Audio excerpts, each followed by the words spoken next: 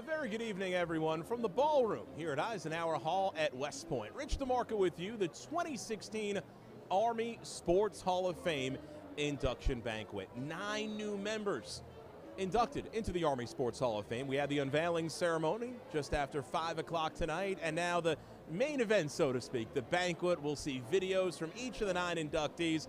We'll hear from Ken Johnson, who will be speaking on behalf of the class. We'll also have one-on-one interviews with the inductees and family members. Should be a great night, always one of the great nights of the year here for Army West Point Athletics. The 2016 Army Sports Hall of Fame banquet, of course, leading off a home football weekend tomorrow. Army taking on North Texas as the Black Knights look for their 2nd win in a row at Michie Stadium. Just a couple of moments, we'll be turning things over to Ben Holden of CBS Sports Network, our master of ceremonies tonight, the 2016 Army Sports Hall of Fame banquet.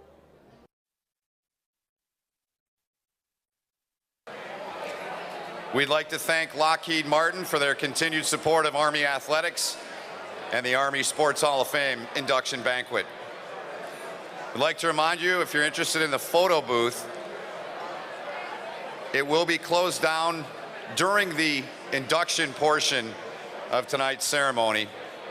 It'll be open during dinner, and then it'll be open back up afterwards.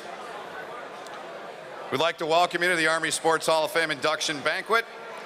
We'd like to begin tonight's festivities with the singing of our national anthem by the one and only Master Sergeant Mary Kay Messenger from the U.S. Military Academy Band. Thank you, and please join in.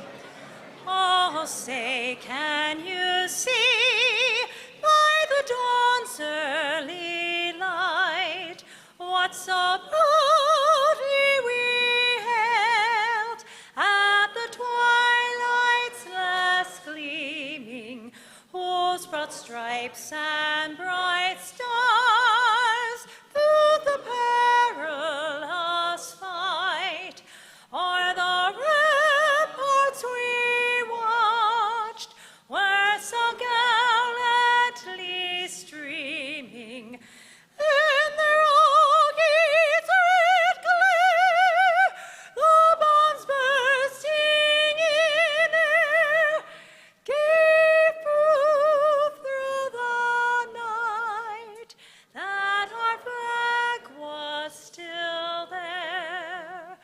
Oh, say does that star-spangled banner yet wave o'er the land of the free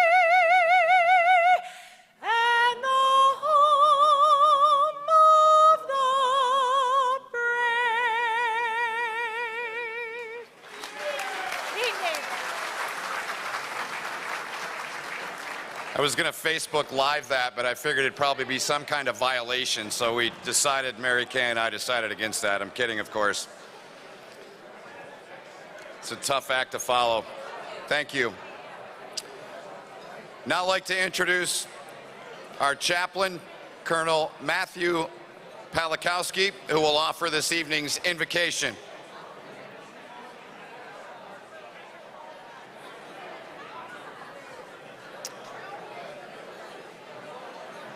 So God save us from Monday morning quarterbacks, from critics who comment on how the strong have stumbled, how the doers of deeds could have done better. May such cold and timid souls sink into the depths. But God, thank you for blessing us with those who have actually gone into the arena, whose faces are marred by dust and sweat and blood, who strove valiantly, who were terrors in the fray, who focused on the finish line, who kept their eye on the ball. We thank you for those who have won, not at all costs, but in accord with the values they had learned and have lived by their whole lives: duty, honor, country. I ask that you bless them as we honor them tonight. And as in all things God, may we beat Navy. Amen?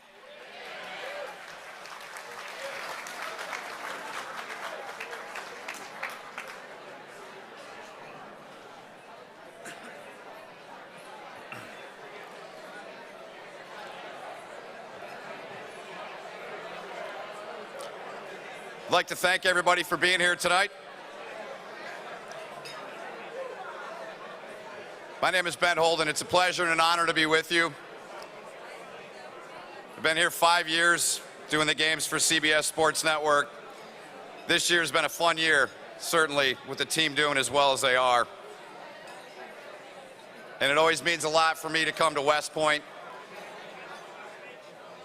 It's a special place to me. So many amazing people, and I want to thank Bob Beretta for asking me to do this, and Boo Corrigan. It means an awful lot to me. So with that, we're going to move forward and continue on with our program. Tonight we're joined by many special individuals, but none more distinguished than the members of our current leadership team here at West Point.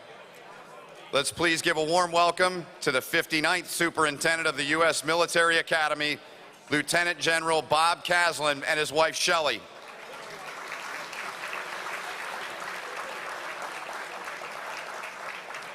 Also to Command Sergeant Major Timothy Gooden and his wife Ann.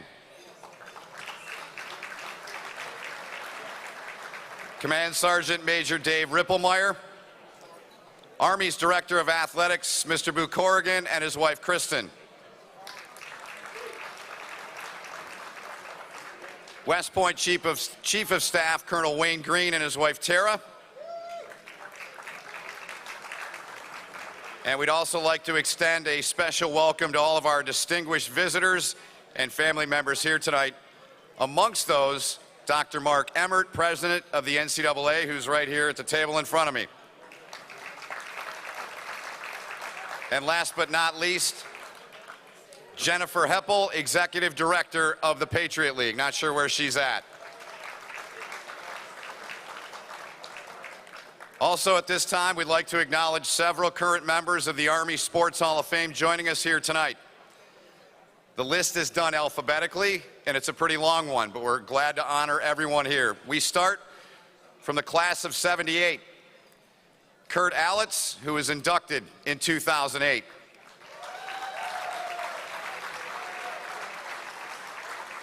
From the class of 1967, John Beretti, who was inducted in 2008 as well. From the class of 1967, Joe Casey, inducted in 2005.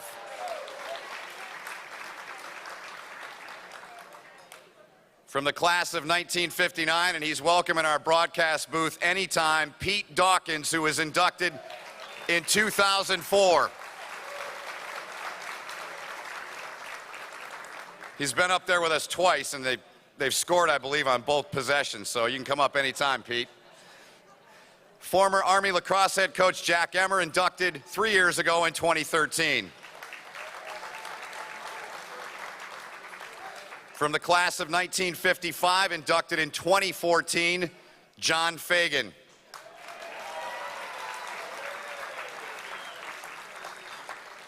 From the class of '63, Mike Natvig, inducted in 2004. From the class of '64, Richard Orline, inducted in 2006. Also from the class of '64, inducted the same year, '06, Walter Orline.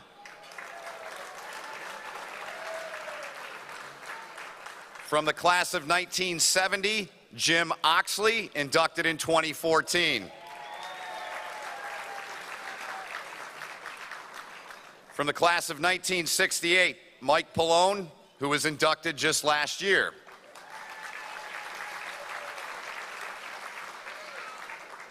Also from the class of 1968, Bill Shutsky, inducted in 2012.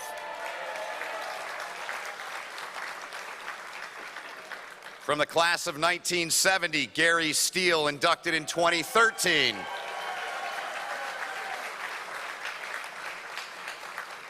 From the class of 1965, Rollie Stitchway, inducted in 2012.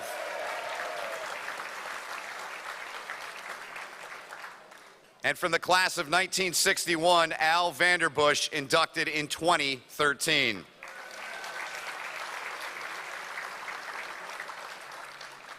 At this time, we'd like to introduce the United States Military Academy Superintendent, Lieutenant General Bob Caslin.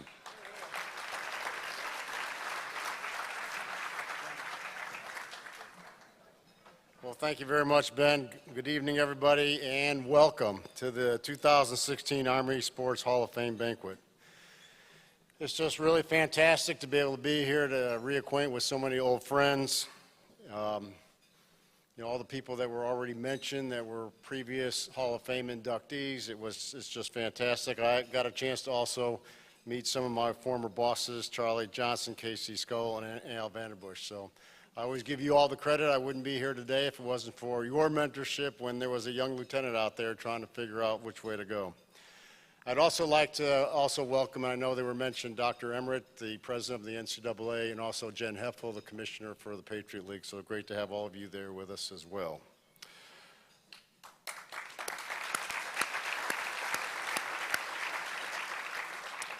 There's a couple of general officers that are with us this evening I'd like to mention. Major General Retired Michael Nardati from the class of 69 and Brigadier General Retired Richard McPhee from the class of 78. Thank you all for being here and welcome back to your alma mater.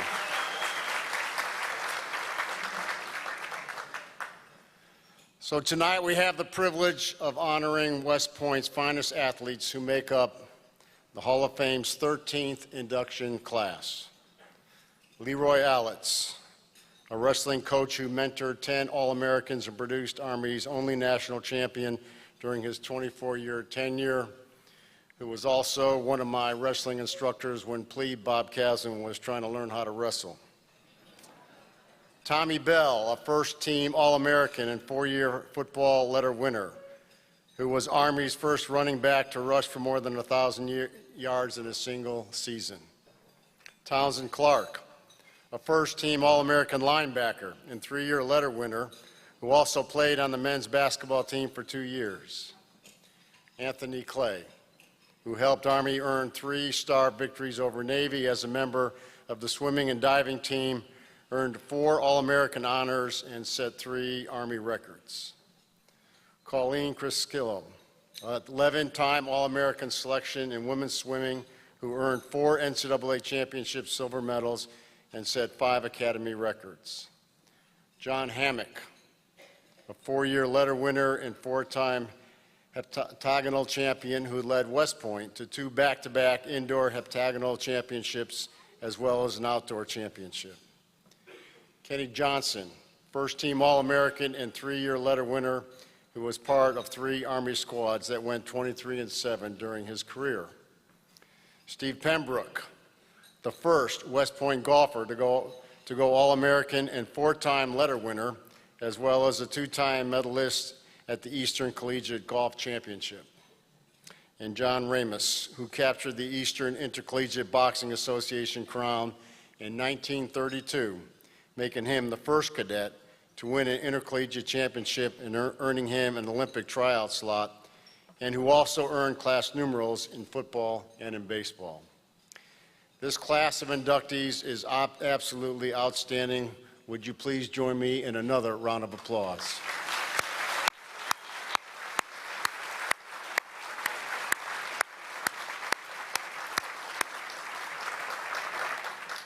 I also want to give thanks to the selection committee for their time and effort, having faced the challenging task of considering so many accomplished candidates and narrowing it down to these individuals. This year's inductees represent several different sports and have achieved their athletic success in uniquely different ways. But they share one common denominator: on and off the athletic field, they have all stood tall as leaders of character, embody excellence, and serve as examples of the winning spirit we impart in all of our cadets. Our mission at West Point is to develop leaders of character. Throughout the leader development process, we challenge our cadets to pursue excellence in all that they do by teaching them to live honorably and to build share trust through individual example and as members of a team. We're developing a culture of winning honorably within the Corps of Cadets and a winning spirit that they will take with them as careers into the Army. Intercollegiate athletics have long played an important role in leader development. When General MacArthur declared that every cadet was an athlete and uttered the words that we all know by heart, that upon the fields of friendly strife are sown the seeds that upon other fields and other days will bear the fruits of victory. He knew that athletics developed certain attributes important for future leaders. They instill tenacity and resilience, discipline, mental and physical toughness, grit, and the desire to excel and push ourselves to goals and objectives we previously did not think was possible. That same grit and can-do attitude and the ability to overcome adversity are the same traits that build winning platoon leaders and company commanders when our cadets graduate. Winning isn't necessarily a binary win-loss concept. Rather, it's the idea of committing to excellence and playing to the upper levels of one's potential. And as famed Duke basketball coach and West Point graduate coach Mike Krzyzewski said, "My hunger is not for success, it is for excellence. Because when you attain excellence, success just naturally follows." So these fundamental principles are exactly what we are compelled to do as leaders in our Army, and were demonstrated time and time again by these inductees. To this year's Hall of Fame class, congratulations on this well-deserved honor. Thank you for your commitment to excellence, for inspiring others and inspiring our Corps of Cadets to live honorably, and for showing us through your example what it means to be an accomplished, a winner, and a leader of character. Thank you all very much, and beat Navy, and enjoy your dinner.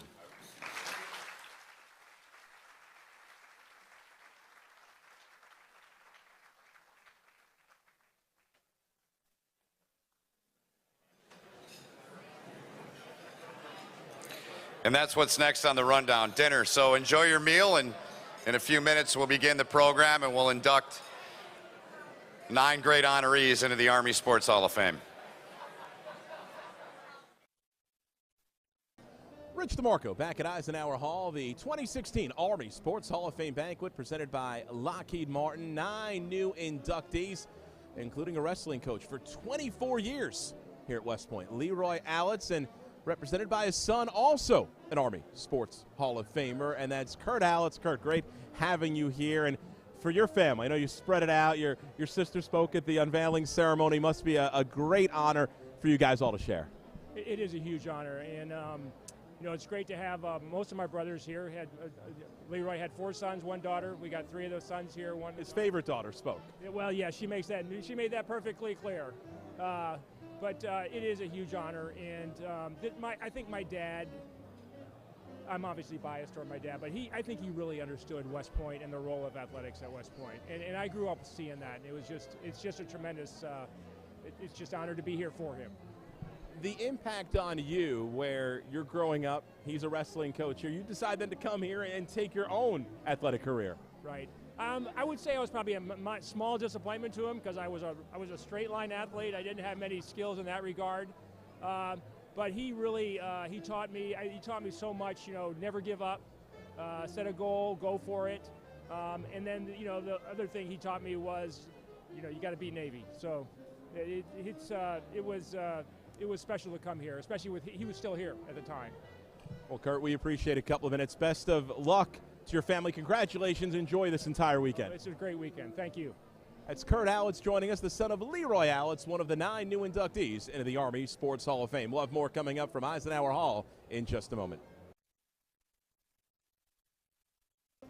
Rich DeMarco back at Eisenhower Hall. On to our next inductee, Tommy Bell, class of 1955, Army's first ever running back to run for 1,000 yards in a season. Joined now by his son, Bob Bell, and congratulations to you and your family. And I know you've been waiting a while for this honor, and it must be very, very sweet to have it here tonight. It's been the most amazing journey, and we couldn't be more humbled, couldn't be more proud of our father. He's just been an amazing example for all of us growing up, and for him to have this special honor today it means a lot to our family. It means tremendous. You can't even begin to imagine how much it means to us. Your family's passion and so respectful, know so much about his career, and I just want to talk about those 1950s because that's such an important era of Army football because it's the rebuilding, it's the last years of Blake, really culminating in that 58 undefeated season was really the buildup, and your father had a lot to do with putting Army back in that national top 5 and really being able to send out Red Blake the way he should have been sent out. Well, you know, from my dad's stories, I can remember him telling me that when the trouble started, that there was rumors that he wanted to leave, and he needed a bunch of players that could literally pick up the mantle and carry it back to prominence. And guys like Meshach and Ziegler and Van and Ubel, and I mean the list can go on and on and on, but that class went from 51 to the lowest of lows that season, and 52 to 1953 winning the Commander-in-Chief's trophy, which to me is just an amazing feat. An amazing feat. You talk about that success against Navy. You could also look back, that win over Duke was really the one that was the coming back. That was back on the map, that game. Yeah, I watched that on YouTube. If you go to YouTube, you can watch that game, the highlights of that game, and watching Bob Meshach run down that player from Duke to save that potential winning touchdown, and then that goal line stance. It just sends chills down my spine. And what an amazing accomplishment for the Army team that year. Well, Bob, thanks for a couple minutes. Congrats to you and your family. Enjoy this entire weekend. Thank you. Look forward to seeing you back here again soon. Thank you. Appreciate your time. Thank you. That's Bob Bell representing his father, Tommy Bell, one of the 9 new inductees into the Army Sports Hall of Fame. We'll have more coming up from Mike Hall in just a moment. Our next inductee, one of the great linebackers in Army football history, that's Townsend Clarke, class of 1967. Congratulations on this great honor, and for you, Army football, it must all come together tonight, something like this. Yes, it does. When I was 10 years old, my mom and dad brought me here, my brother and I, to see my older brother graduate, class of 1954. We were here for about 3 days. I fell in love with the place. I learned the alma mater. I went home and I said, I'm going to follow my brother and go to West Point. And that was my life dream, my childhood dream. You live that dream. And being a part of the radio crew, we're really familiar with Tom Cahill and the time he spent as part of the radio crew. Being with him and coming on board, what kind of impact did he have on you and that Army team? Well, Coach Cahill was thrown into a very, very difficult situation. The former coaching staff had left, and he earned the right to be head coach. And he pulled it together in a very short period of time and did an outstanding job, not only with us, but the classes that followed. No doubt about that, Townsend. For you and your family, enjoy this weekend. It's great to see all these tremendous athletes come back. It's really special. Enjoy this weekend, Townsend. Thank you very much. Townsend Clarke, class of 1967, joining us, one of the 9 new inductees into the Army Sports Hall of Fame. We'll have more coming up in just a moment. Rich DeMarco back at the ballroom at Eisenhower Hall. Army Sports Hall of Fame banquet presented by Lockheed Martin. We're speaking to a representative of our next inductee from the class of 1965, Anthony Clay, and we're joined by his wife, Mrs. Clay. Congratulations to you and your family on what must be such an emotional but just a great moment for you guys. It is, absolutely. It's a great honor. Tony would be so honored. And unfortunately, he knew about it and he was very honored. So.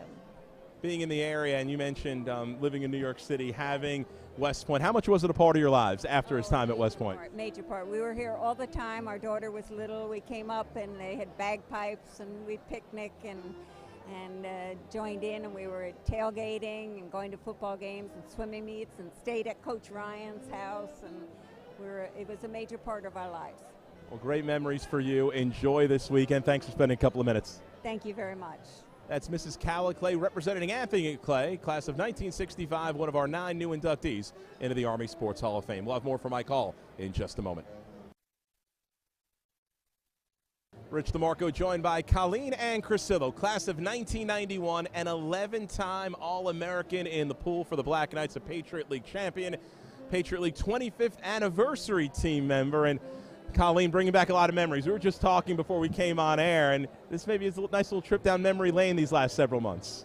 It is a nice little trip because, you know, when I graduated, I kind of walked away and went back on with my Army career, and, you know, West Point was always there in the background, but I never really thought about swimming. And then I got named to the All-Patriot team, and then Ray Bossy contacted me about this, and it just really kind of started me thinking about, you know, what I had done as a cadet, and maybe I should start telling some stories to my kids because they don't know anything. Your time after the Army, after West Point, how much did being a swimmer here, a cadet athlete, have an impact on you?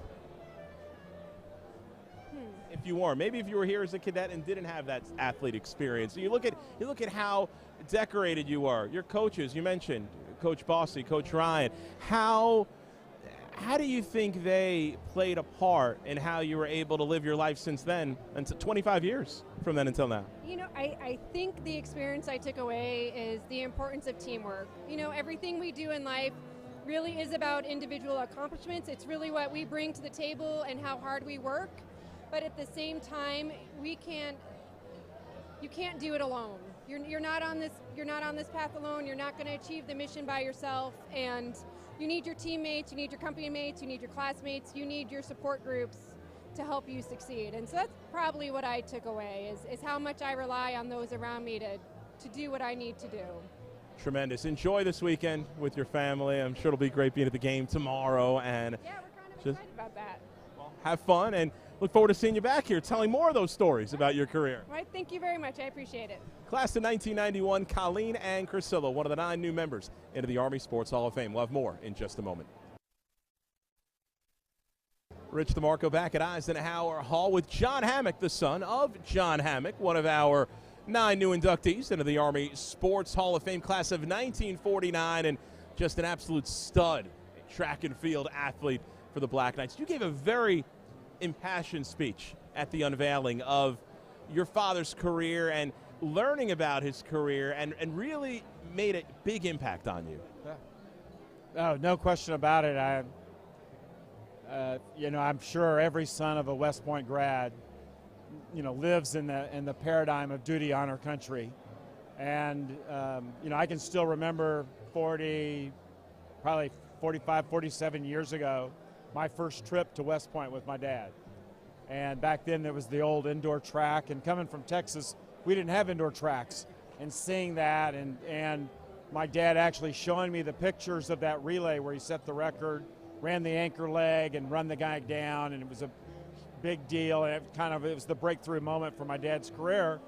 And so actually seeing that picture sequence in the Hall of Fame just really blew me in mind, and it brought me back to that point when I was in junior high and came to West Point then. So. And John, you finished your speech talking about supporting West Point, supporting cadet athletes. And your father, when you look at his career and his athletic career, tremendous, but he gave back. And Association of Graduates, distinguished graduate. I know the Army A Club, very important. If you could, you know, to those watching and those that's that piece after West Point that I'm sure to him was just as important, or really a legacy of his experience as a cadet athlete. No question. Dad really, he had this huge sense of payback, that his West Point experience really was the most unbelievable blessing. And what I didn't really share is that in the later stages of Dad's life, he was really trying to evaluate how did he come from Hollandale, Mississippi, and a single working mom before there was single working moms, and he really accredited that when you evaluated the mysticism, if you will, in the Bible, the Holy Spirit, and that things happened, and he really and so he felt that all these blessings came to him, and that he always had this indebtedness to not only West Point, the institution, but really to the United States government, and to pay back, that they paid for his education, and so he paid back.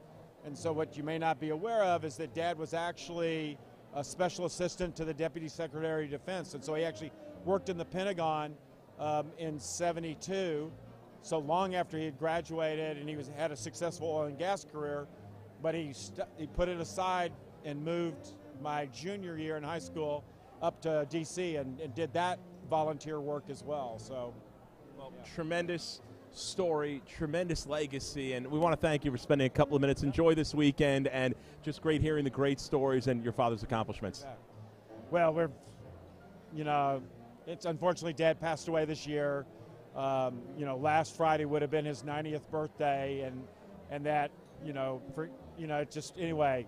Great birthday present. Exactly, awesome, the best. John Hammack, the son of John Hammack, West Point class of 1940. So you know, he goes by Jack Hammack. With John in the program, Jack to all his friends. Yeah, exactly. And we'll have more coming up for my call in just a moment.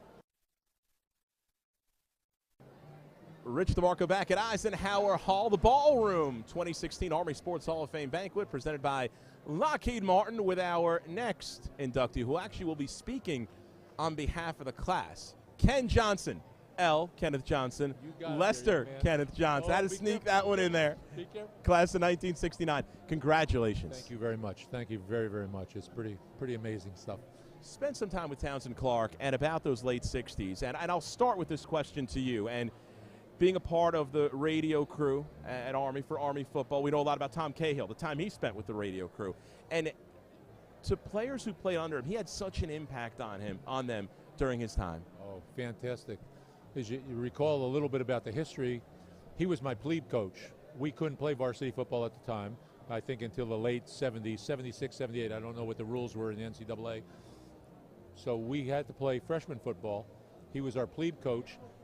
Coach Dietzel left kind of unexpectedly toward the end of our plebe year. Coach Cahill, well, I'm sure was given consideration, but there was some big national search. And then all of a sudden we find out that he's going to be the varsity coach. Now, for those of us that are here, that kind of continuity is pretty spectacular.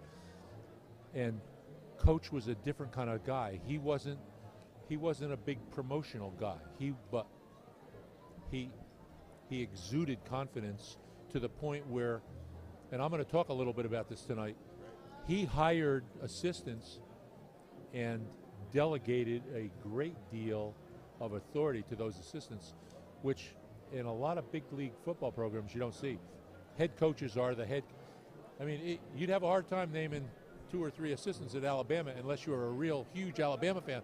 But our assistants were world-class guys. World-class guys. Being a native of Newburgh, and how was that? Because you're coming to play football at West Point, a national program. There's players from all across the country.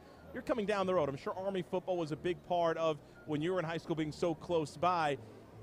What kind of perspective did you gain when you saw so many players from across the country coming here and you had that local tie? That's actually going to be a little bit of what I say. I don't want to steal it. I don't want to steal the thunder. I will tell you, no, I don't care who you are. I don't think. Maybe it's different today. But back in the day, the difference between college football and high school football at a big league program, pretty significant. So you can hold yourself in pretty high regard, and I did. But boy, when you show up and you see what you're surrounded by, you say, whew, it's a little different than I thought. And it was a bit of a shocker for me. We look forward to your speech tonight. To be continued. We're going to hear a lot of this tonight. Okay. You're going to hear some of it. You really are. It's hard to keep it into that 4 to 5, 8 minute kind of time frame, but might be a little flexible. I've been thrown out of nicer places than this. So Ken, appreciate it. Thank you very much. Ken Johnson, class of 1969, a new Army Sports Hall of Famer. We'll have more coming up in just a moment. Rich DeMarco back with Steve Pembrook, West Point class of 1964, one of our new Army Sports Hall of Famers here at the induction banquet presented by Lockheed Martin. And Steve, for you, a golfer, first golfer into the Hall of Fame, and that has to mean a lot, I would think, representing that sport here for the first time. It's probably the biggest honor I'll ever have, not just to be in the Hall of Fame, but to be the first golfer ever inducted. I mean, it's just very special. We ask each of the inductees to give us some memorabilia we put in a cabinet in the Hall of Fame, which will be there for the next year, the current induction class. We got a putter from you. That's the putter. It's in my picture in the Hall of Fame. That's the putter. That is the putter. That is the putter. How you can, I'm sure, remember moments with that putter throughout your career. I was a really good putter, but that's the, honest to God, that's the original putter. I used it for 4 years at West Point. And then, you know, putters got more innovative, but I never putted any better with anything I bought besides that bullseye. Tremendous. Steve, you mentioned about, and it's great seeing Hall of Famers that really keep in touch with the programs they participated in this day and age. And what Brian Watts has done with this program, I know it's something that makes you, now as a Hall of Famer, even very, very proud. You probably know what I said at the induction. I met Brian yesterday. I talked to him a lot, and I met the team. I'm very impressed, so I'm convinced that I might be the first golfer in the Hall of Fame, but I'm not going to be the last. There's going to be more to follow me, thanks to Brian. No doubt about that. Steve, we appreciate a couple of minutes, and enjoy the rest of your dinner. Enjoy the weekend. Well, thanks a lot. Very much. Steve Pembrook, class of 1964 Army Sports Hall of Famer. We'll have more coming up in just a moment. Rich DeMarco back at the ballroom at Eisenhower Hall. Army Sports Hall of Fame banquet presented by Lockheed Martin. We're joined with a representative from the 9th Hall of Famer that we're introducing. They go in alphabetical order. And he might be the most, when you think about the sports he touched and a sport that's no longer a varsity sport here at West Point, quite impressive. Joseph Anthony Remus, class of 1933, and really getting in for just tremendous boxing exploits. Joined by his son, also a West Point graduate, yes, sir. Ernest Remus. Mr. Remus, for your family, congratulations on this honor. I appreciate it. My dad, if he was here, would be overwhelmed. You're talking about a man that came from nothing, became the first and only intercollegiate heavyweight champion at West Point. I can't say enough of the school. He loved his school. He was asked to go out and fight Joe Louis, but he stayed in the Army. How much of an impact did he have on you to attend West Point? Well, to be honest with you, he really had the most impact. I went to school at LaSalle College, which in 1954 was the champion basketball team for NCAA. I knew I couldn't compete, so he got me an appointment from Byron Rogers from Colorado, and the rest is history. I played basketball, but nowhere near what my dad was. Fantastic. Well, Mr. Remus, we appreciate a couple of minutes. Enjoy the rest of this weekend for you and your family. Thank you, Rick. Thank you very much. God bless America. Ernest Remus joining us, his father Joe Remus, one of the 9 new inductees into the Army Sports Hall of Fame. We'll have more coming up in just a moment. We've spoken with representatives of all 9 new inductees into the Army Sports Hall of Fame. Rich DeMarco back with you on our show for tonight's banquet, brought to you by Lockheed Martin, now joined by the man who makes those phone calls when we elect new inductees into the Army Sports Hall of Fame. West Point Director of Athletics, Boo Corrigan. Boo, great weekend for you. I know this is a night, an event you look forward to so much. You know what, it's as I talked about earlier, it's like the best day of the year. Yeah. When I get to call these folks and let them know that they've been inducted into the Hall of Fame, and the reactions that I get are just priceless. It's interesting, this class, and when you look at the demographics, some older inductees, and I tell you, it's great to hear the children talk about their father and the impact they had on them, and then having a mixture of even some more recent inductees just shows, and you like to talk about the West Point experience, how that really trickles down, how that's passed down through generations. Well, as we talk about it, Rich, it's a generational change is what it is, and it's an opportunity to come here, be a part of something that can change generations of your family. It can change generations of your neighborhood, whatever else it is. But once you come here, people want to be a part of it, and you become, all of a sudden, you become the goal that they're after. You know, if uncle can do it, if cousin can do it, if grandpa can do it, I can do the same thing, and that's what we get to celebrate tonight. Boo, there's so much excitement around Army West Point athletics. It's been a football season with a lot of great moments so far, and we're not even a third into the academic year, the athletic year. How do you feel about this department, where you're at right now with your teams, your group, and even events like this? Yeah, let the rest of the world judge us on where we are, you know, but I feel good about it, but I've always felt good about it. We got great coaches that care about what the institution is. They care about our cadets. They care about leadership. They care about character. They care about what's right and what we're trying to do. You know, winning is very, very important, and you know how much I care about winning. But, you know, we're part of a bigger thing. And winning is going to be a byproduct of us being great at what we do and how we do it, because there's only one West Point. So you make the phone calls. Tonight's this great night. What do you do tomorrow on Hall of Fame weekend? You know, whatever the next thing is, you know, I mean, That's how it's day by day for you, right? I'm on like a 5-minute contract, you know, with the institution. But no, tomorrow we'll get up, we'll go to the West Point Club, and then we'll go to the parade, and then we'll go to some tailgates, and then we'll go to the game, and then we got halftime with these. But you know, what I do is irrelevant. The good thing about it is that we're here to celebrate these 9 families that are going in to be a part of it. Speaking of families, I want to say hi to your mom and dad while we're here. You know, Always do. You always do every year. You know, I mean, it's an important part to me. You know, we're either part of the family or not. It's either important or it's not, right? You know, what we're doing. But no, seriously, tomorrow is a big day for these people. I hope the weather doesn't scare people off. You know, it's still a great day. It's still a great chance to be at West Point and celebrate who we are and what we are. So hopefully everyone will come out and be able to celebrate with these 9 families. And it's going to be a great game tomorrow. Army in North Texas. Tickets on sale, 877-TIX-ARMY or ArmyGameDay.com. Noon kick time from Mikey's Stadium booth. Thanks for a couple of minutes. As always, enjoy the rest of your night. We'll get you on the air at some point. Whenever, open door, whenever you want to come in the booth. All right, you know, any chance to be with the Golden Voice, I'm all in favor. This is okay. Boo, appreciate your time. We'll talk to you. See you, brother.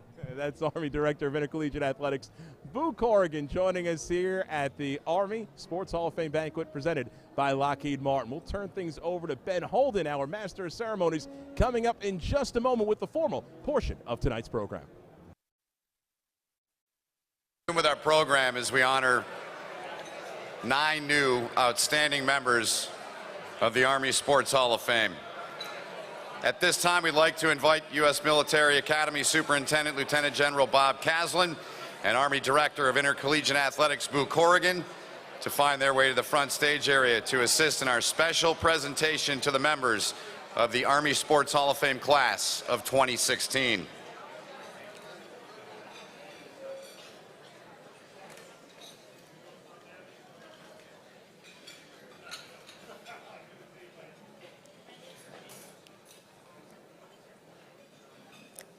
We'll do this alphabetically. And up first, from the sport of wrestling, he rates as one of the most storied coaches in all of Army history. He now joins his son as only the 2nd father-son combination to gain entrance into the Army Sports Hall of Fame. An all-time Army coaching legend, Leroy Allitz. Army Sports Hall of Fame inductee Leroy Allen Allitz, head coach, wrestling. During his 24-year presence on the Army sidelines, Leroy Allitz mentored 10 All-Americans while coaching the wrestling program from 1954 to 1977. He produced Army's only national champion in Mike Natvig, who claimed national titles in 1962 and 1963. Allitz was inducted into both the National Wrestling Hall of Fame and the Iowa Wrestling Foundation Hall of Fame in 1992 and won 144 matches to rank 2nd on Army's career wins list. In postseason competition, Allitz mentored 5 Eastern Intercollegiate Wrestling Association champions and 74 EIWA place winners.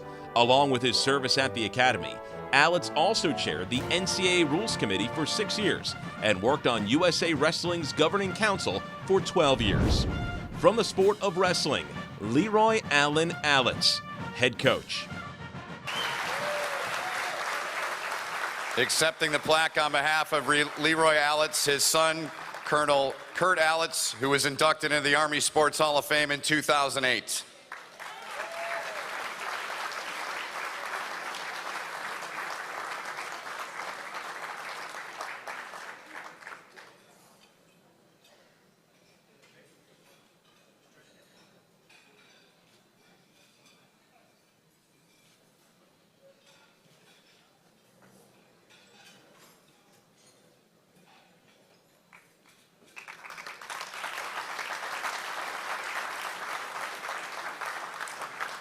Our second honoree ranks as one of the most accomplished running backs in Army football history. He was the first Army player to rush for 1,000 yards in a season. From the class of 1955, Tommy Bell. Army Sports Hall of Fame inductee from the class of 1955, Thomas James Bell, football. A 4-year letter winner on the football team, Tommy Bell earned first-team All-America honors as a senior, while serving as the foundation for Army's rebuilding effort during the 1950s. He became Army's first running back to rush for 1,000 yards in a single season, when he finished with 1,020 yards in 1954. His 10.6 yards per carry average that year is currently the third highest single-season average in Academy history. Bell rushed for 12 touchdowns his senior campaign, ranking tied for 8th in Army history, and amassed 15 touchdowns during his career. He totaled 6 100-yard rushing games in 1954, which stood as a school record and now ranks tied for 14th, while he also rushed for a career-high 165 yards versus Virginia during his standout final campaign. From the class of 1955, Thomas James Bell, football. And accepting the plaque on behalf of Tommy Bell is his son, Bob Bell.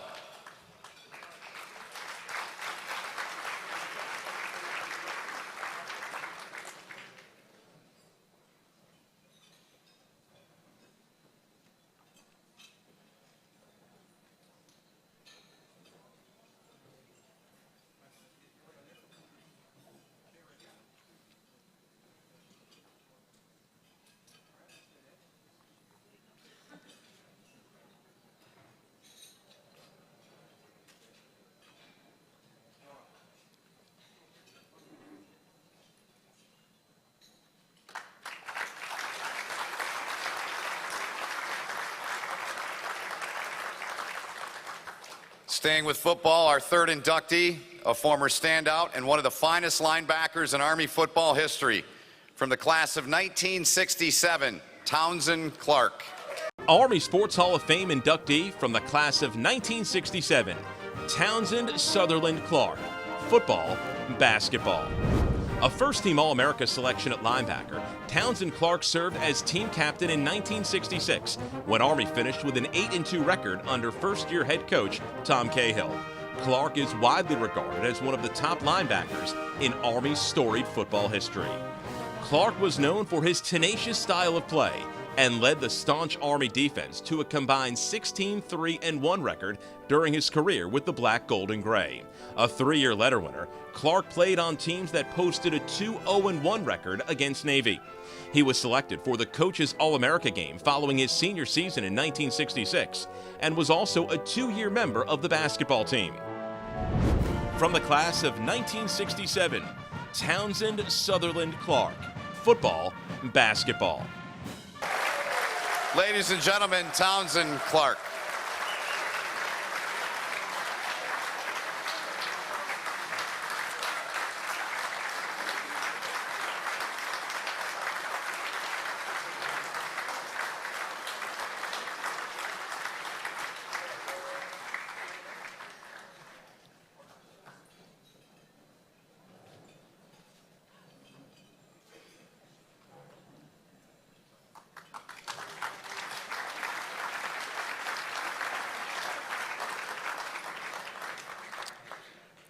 Our next honoree comes from the sport of swimming and diving, earning 4 All-America honors during his time in the pool at West Point.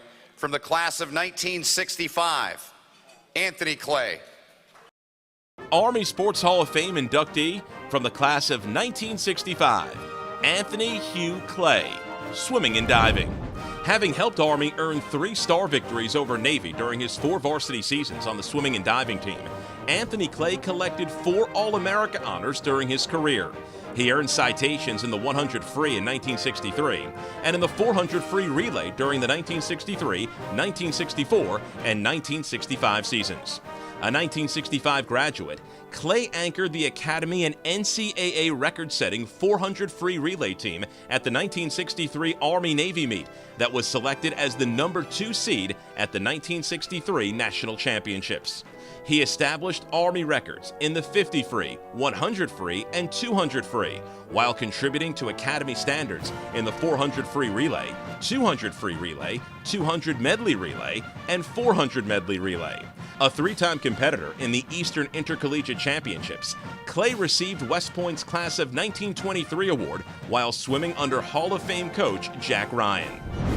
From the class of 1965, Anthony Hugh Clay, swimming and diving. And accepting the plaque on behalf of Anthony Clay is his wife, Calla Clay.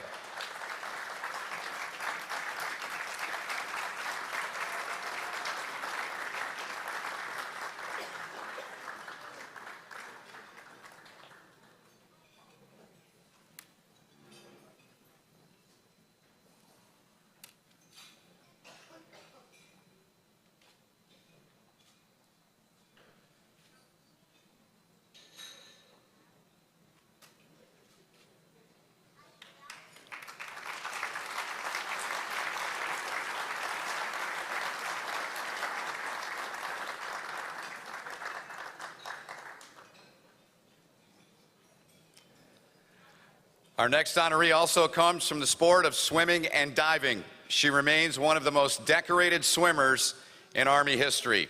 From the class of 1991, Colleen Crisillo. Army Sports Hall of Fame inductee from the class of 1991, Colleen Ann Crisillo, swimming and diving. Colleen Crisillo was an 11-time All-American selection in 3 varsity seasons in the pool. She earned 6 individual certificates and 5 from her performances as a member of the relay team.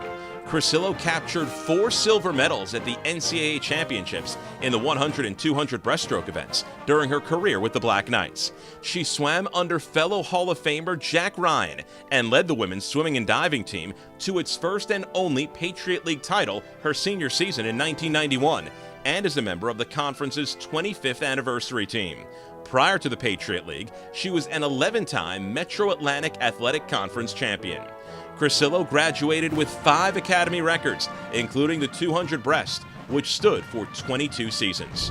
From the class of 1991, Colleen Ann Crisillo, swimming and diving. Colleen Crisillo.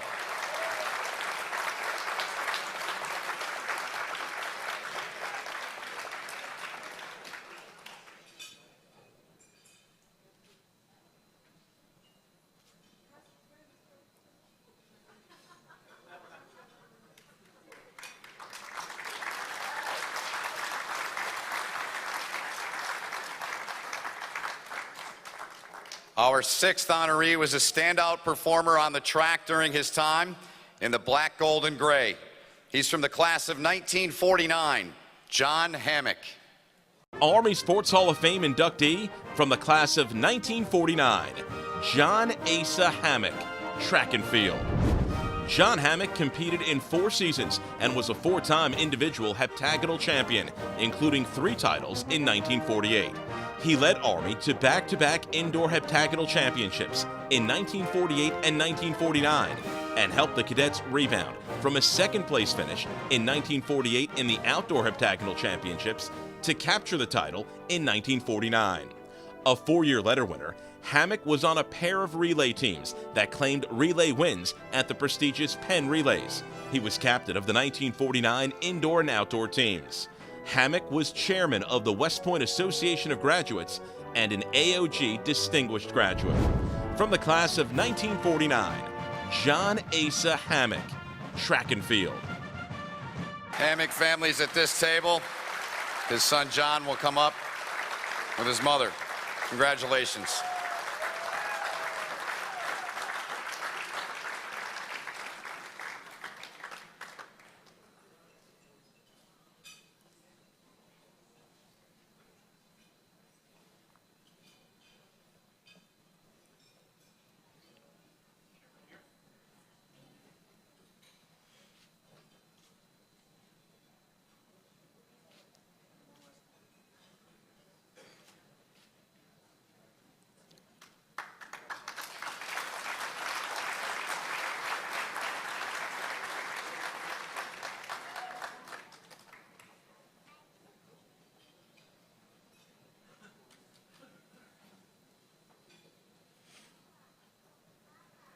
Our next honoree is remembered as one of the most fierce defenders in Army football history, a Hudson Valley native from the class of 1969. Ken Johnson. Army Sports Hall of Fame inductee from the class of 1969, Lester Kenneth Johnson, Jr., football. A 3-year letter winner on the gridiron, Ken Johnson was a first-team All-American choice in 1968. He was a part of 3 Army squads that went 23-7 during his career, including wins over Penn State, Stanford, Air Force, SMU, and Virginia. A local product from Newburgh, New York, Johnson starred in the 1969 Coaches All-America Game and Lions American Bowl, and competed in the North-South Shrine Game in 1968. He was a team captain in his final year and had 7 career interceptions.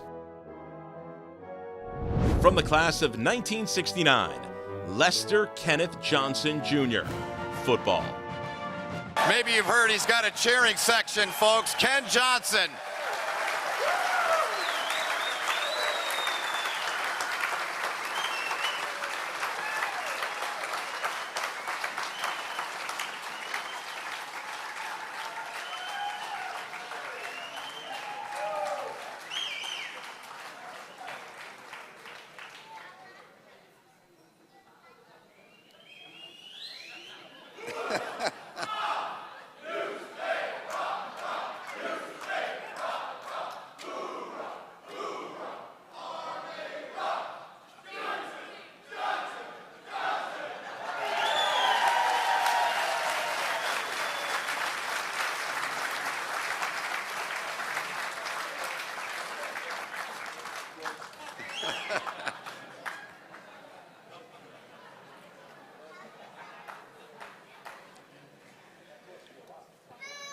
Our next honoree becomes the first inductee into this Army Sports Hall of Fame from the sport of golf. From the class of 1964, Steve Pembrook. Army Sports Hall of Fame inductee from the class of 1964, Stephen Bradley Pembrook, golf. Army's first golfer to be named an All-American, Steve Pembrook played 4 varsity seasons of golf at West Point. He was a 4-time letter winner and a team captain as a senior. Pembrook was a 3-time NCAA individual qualifier in his last 3 seasons on the course, and was a member of a pair of teams that finished 2nd and 3rd in the Eastern Intercollegiates. Pembrook was a 2-time medalist at the Eastern Collegiate Golf Championship in 1962 and 1964, and was the low qualifier in 1962. He was a finalist at the 1964 Eastern Collegiate Match Play Championship after finishing as a semifinalist in 1963 and a quarterfinalist in 1962. From the class of 1964, Stephen Bradley Pembrook, golf. Short walk for him, but there's Steve Pembrook, ladies and gentlemen.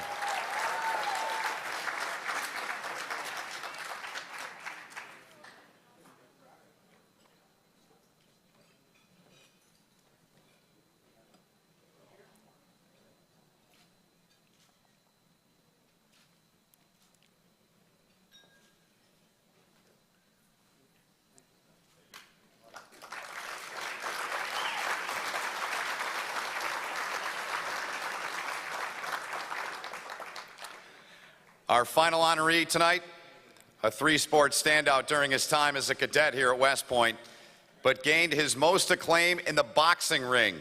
From the class of 1933, Joseph Remus. Army Sports Hall of Fame inductee from the class of 1933, Joseph Anthony Remus, boxing, football, baseball. A 3-sport standout, Joe Remus was a star in the ring for the Black Knights for 3 seasons. He was the first cadet to win an intercollegiate boxing championship after capturing the 175-pound Eastern Intercollegiate Boxing Association crown in 1932. He earned an automatic berth into the National Collegiates and Olympic tryouts following the win.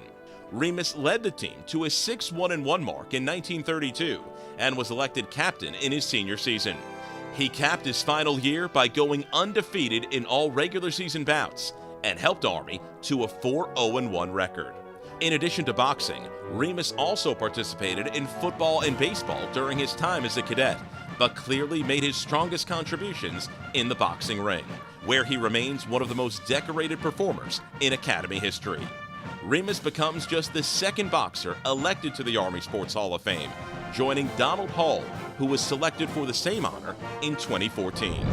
From the class of 1933, Joseph Anthony Remus. Boxing, football, baseball. Accepting the plaque on behalf of Joseph Remus, his son Ernest.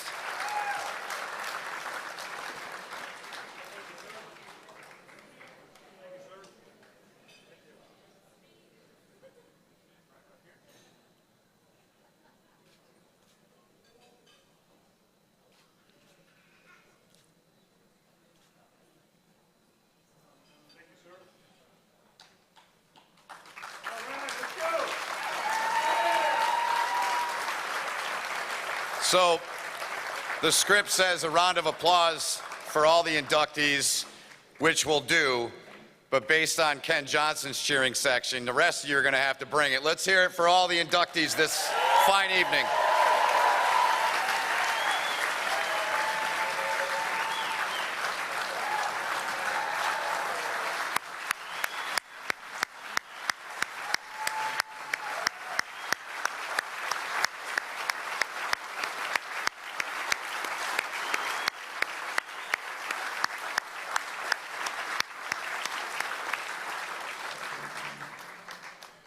Ken's not done. His cheering section is going to go bananas again for him, because now I'd like to introduce Ken Johnson, who will deliver the class of 2016 acceptance speech.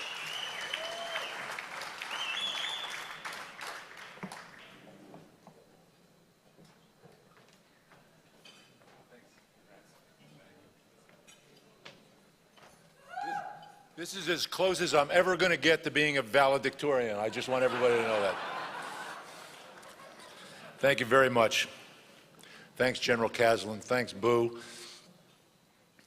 Thank everybody here. This is it's indeed an honor, and we may get to a point in this thing where I get accused of a little false humility, but just hear me out. Just hear a couple of the things that I've got to say.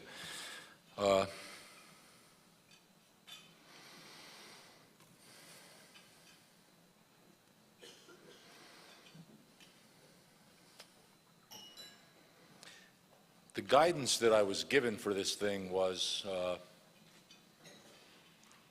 talk to how this thing affects you, this award, this recognition, and go so far as to assume that it affects you largely in ways that it affected the other honorees. And with that, I accepted the challenge here to do this, to speak for, I mean, you heard some of those. I mean, old Ken Johnson pales by comparison to some of the tributes that were given to the other inductees, and you can call it false humility if you want, but I know of what I speak. I know I really do have a good handle on that. So with that, I'm going to kind of get right to it. I've been asked a bunch of times by friends, how do you feel? What is your reaction to this thing? What's going through your head? And I've answered that with everybody as honestly as I could possibly do it, but I'll share with you one thing. Not one of my teammates has asked me that. And I'll tell you why. They already know. They know how it affects them. They know what would happen were they, and I don't want to say stucky, but I'm going to say stucky. They would feel the same as I feel. Some of these individual sports, and I accept the notion that the differences in any and all sports. I was a wrestler. I had the good fortune to wrestle in Coach Alex's program. Now, as a plebe, I couldn't wrestle for Coach Alex because plebes didn't play varsity. So I wrestled as a plebe on the plebe team. But I wrestled under his program. And I got to tell you, I said this to Mike Nardotti earlier, he could have been one of our football coaches. He had that level of intensity. He had that level of commitment. And you didn't have to be a Rhodes Scholar to recognize that at the time. You just recognized that. He inspired you. And in cases where you were uninspired, he put fear in your heart that if you didn't do what he wanted you to do, you could find yourself in huge trouble. And God knows, in a lot of other venues, I found myself in huge trouble. So it was a different time and a different place. So before I tell you how I felt, which I'm going to do, and I'm going to do it as honestly and as straightforward as I possibly can, I'm going to share with you one thing, and my classmates are aware of this because they were involved in this. My teammates that were my classmates are, but my other teammates aren't.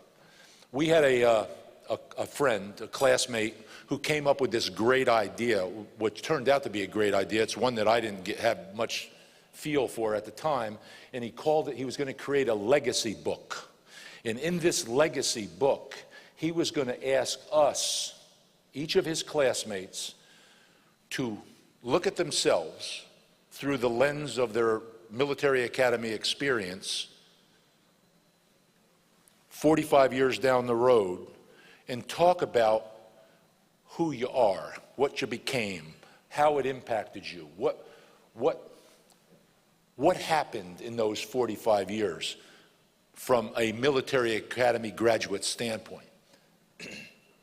Pretty tough thing. In fact, when he first started, he said, and I especially want to hear from those of you, and I've got some classmates that are sitting over there and they know who they are, and I'm not going to embarrass them. Do it from the lens of where you've had some national significance. I said, I have no national significance. I mean, it's affected my life, but I can assure you that the things that affected me didn't affect this nation. But what he was saying was, look closely at it. The book is complete. We've done it. Many of the classes responded. This guy, who's a boxer, by the way, wrote responses from dozens and dozens of our classmates who chose not to be involved. God bless him. He did a great job.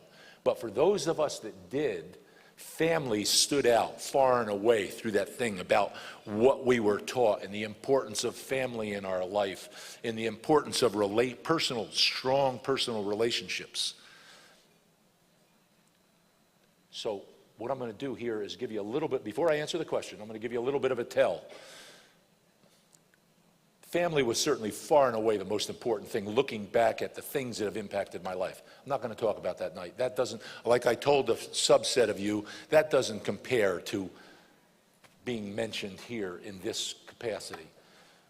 But what did have an impact on my life was, I told them, I came down to the military academy from Newburgh feeling pretty damn good about myself. I thought I was a pretty cool guy. You know, I'd gotten a lot of accolades, and I've had more attention than most people that graduated from high school in 1965. But when I got here, I said, whoo, I better reevaluate that. I said, those accolades and all those wonderful things that made me me, look around you, boy.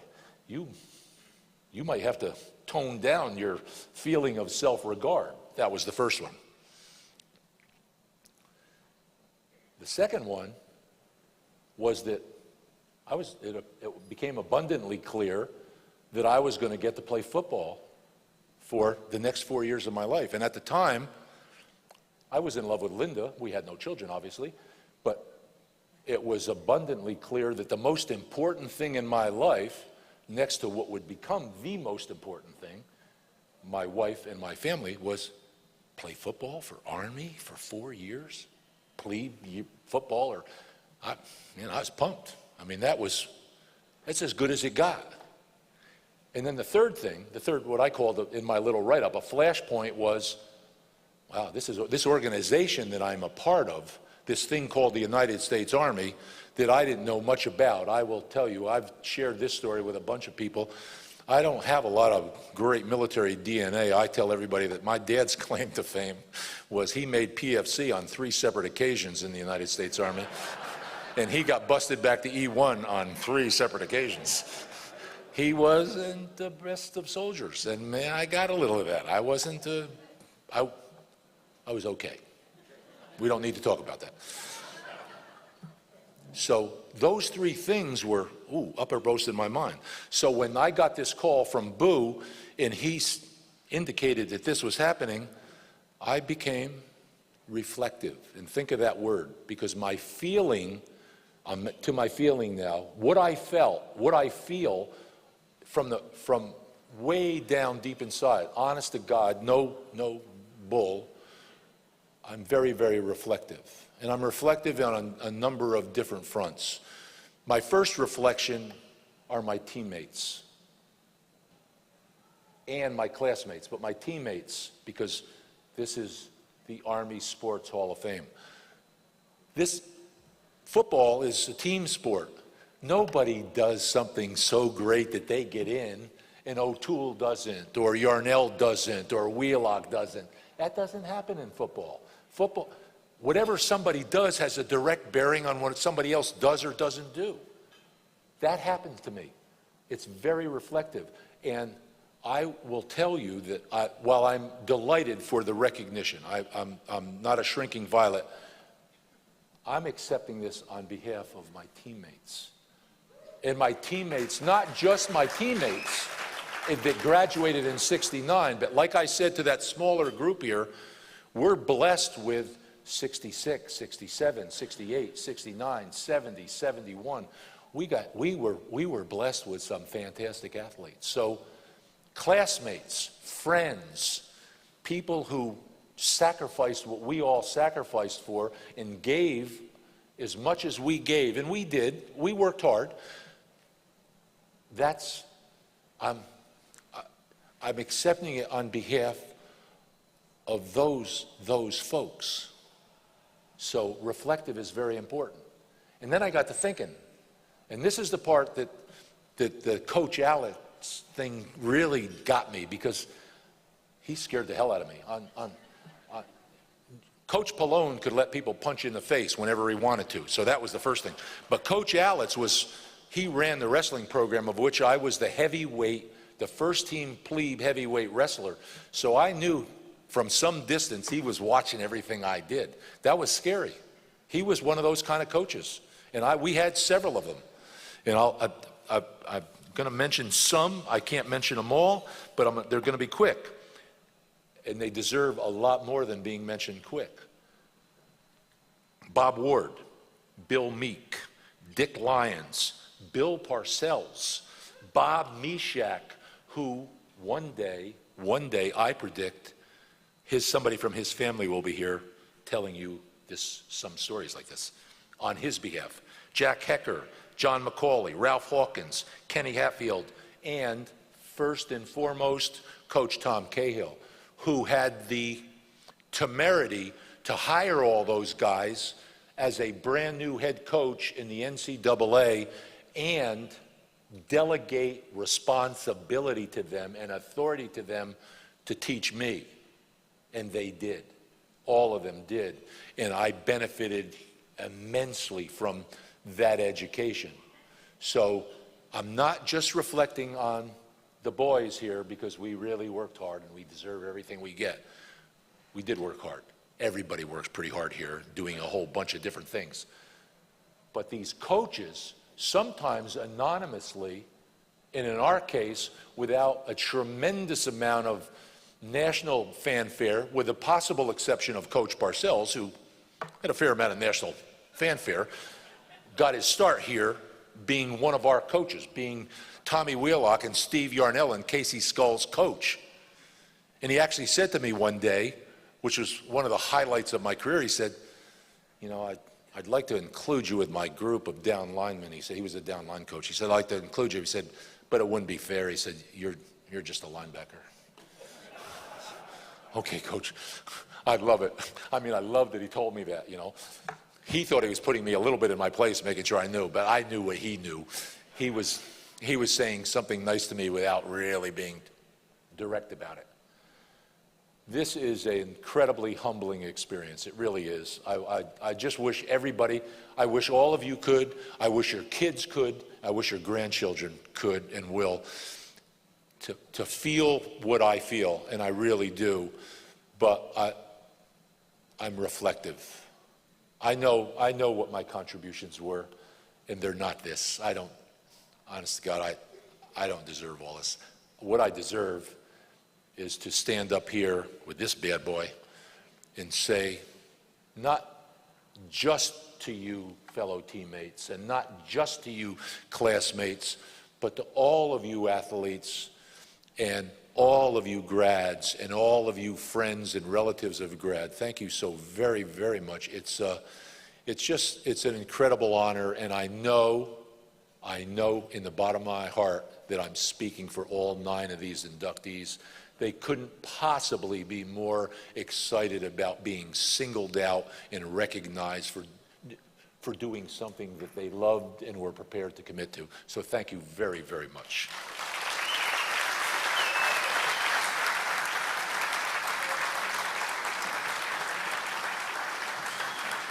Steal some of that.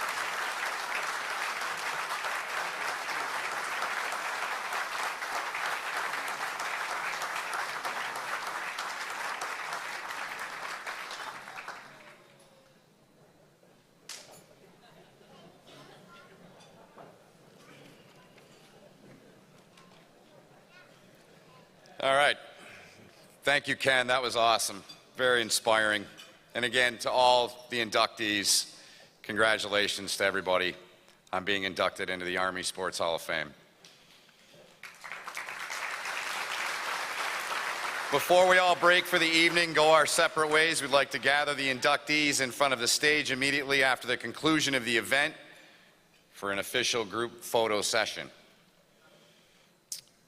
At this time, we'd like to close the festivities by joining Master Sergeant Mary Kay Messenger in the singing of the West Point Alma Mater.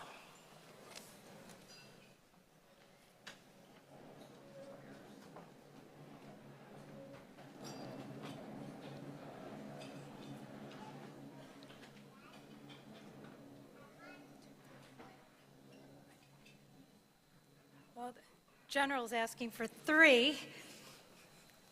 I just need help on another. I don't have the words to the other 1. Okay. Don't ask him. Okay. Overruled.